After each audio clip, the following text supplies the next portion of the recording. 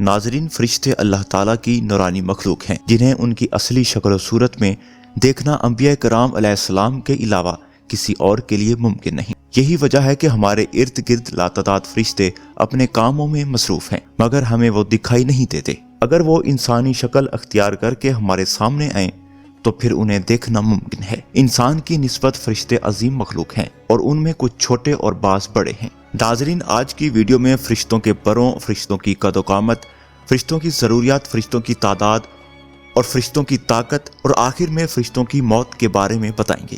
آپ لوگوں سے گزارش ہے کہ ویڈیو کو آخر تک ضرور دیکھیں۔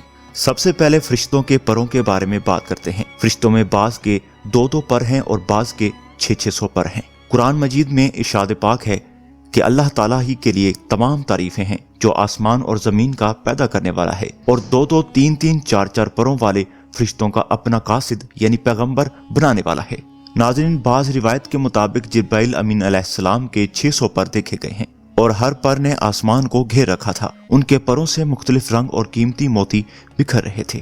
ناظرین، اگر فرشتوں کی قد و قامت کے بارے میں بات کریں تو وہ فرشتے جنہوں نے عرش اٹھا رکھا ہے، ان کے قد و قامت کے بارے میں سیدنا انس رضی اللہ عنہ سے مروی ہے کہ حضور اکرم صلی اللہ علیہ وسلم نے ارشاد فرمایا، عرش کو اٹھانے والے فرشتوں میں سے ایک فرشتے کے بارے میں مجھے یہ بتانے کی اجازت دی گئی ہے جس کے پاؤں نصب سے نچلی 7ویں زمین میں ہیں اور اس کے کندھوں پر عرش ہے۔ اس کے دونوں کانوں اور کندھوں کے درمیان اتنی دوری ہے کہ اسے طے کرنے کے لیے پرندے کو 700 سال کی پرواز چاہیے، اور فرشتہ کہتا ہے، یا اللہ تو پاک ہے جہاں بھی ہے اور جہاں بھی ہو۔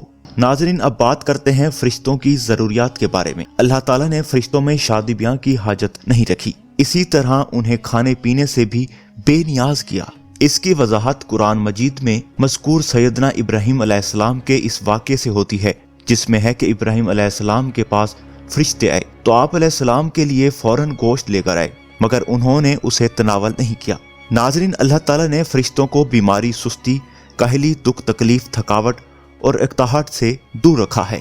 وہ دن رات فقط اللہ کی اطاعت میں اپنے کاموں میں مصروف رہتے ہیں۔ ناظرین، قرآن مجید میں بیان ہوا ہے کہ آسمانوں اور زمینوں میں جو کچھ ہے اسی اللہ کا ہے، اور جتنے اس کے پاس فرشتے ہیں وہ اس کی عبادت سے نہ سرکشی کرتے ہیں اور نہ ہی تھکتے ہیں۔ وہ دن رات اللہ کی تسبیح بیان کرتے ہیں اور ذرا سی بھی سستی نہیں کرتے۔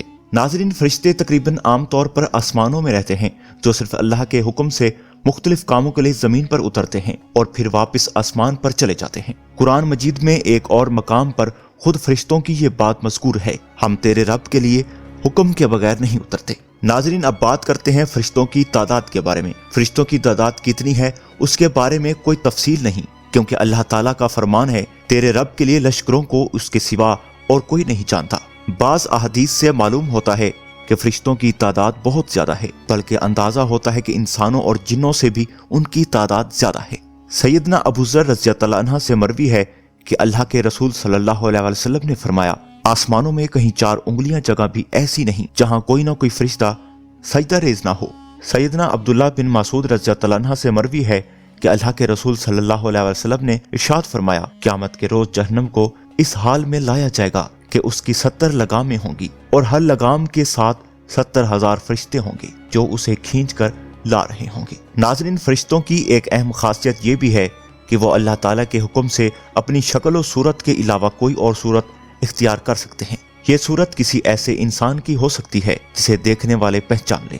انسانوں کے علاوہ کسی اور جاندار کی صورت اختیار کرنے کی فرشتوں کو طاقت ہے یا نہیں، اس کے بارے میں قرآن و سنت میں کوئی صراحت یا ذکر نہیں ملتا، البتہ ان کی انسانی شکل اختیار کرنے کے لیے واقعات ضرور ملتے ہیں جن سے یہ اندازہ ہو سکتا ہے کہ فرشتے اللہ تعالیٰ کے حکم سے دیگر شکلیں بھی اختیار کر سکتے ہیں۔ ناظرین، سیدنا ابراہیم علیہ السلام کے پاس فرشتے انسانی شکل میں آئے اور ابراہیم علیہ السلام ان فرشتوں کو پہچان نہ پائے۔ پھر فرشتوں کے بتانے پر آپ علیہ السلام کو معلوم ہوا کہ یہ انسان نہیں ہیں بلکہ فرشتے ہیں۔ سیدنا مریم علیہ السلام کے پاس جبرائیل امین علیہ السلام شکل میں تشریف لائے تھے، اور جبرائیل امین علیہ السلام سوائے 2 مرتبہ کے ہر مرتبہ نبی کریم صلی اللہ علیہ وسلم کے پاس انسانی شکل میں تشریف لائے۔ ناظرین، اب آپ لوگوں کو فرشتوں کی طاقت کے بارے میں بتاتے ہیں کہ فرشتوں میں کتنی طاقت ہے۔ اللہ تعالیٰ نے فرشتوں کو انسانوں اور جنوں سے کئی گنا زیادہ قوت و طاقت عطا کر رکھی ہے۔ حضور نبی کریم صلی اللہ علیہ وسلم نے جب طائف کے مقام پر وہاں کے لوگوں کو اسلام کی دعوت پیش کی تو آپ صلی اللہ علیہ وسلم پر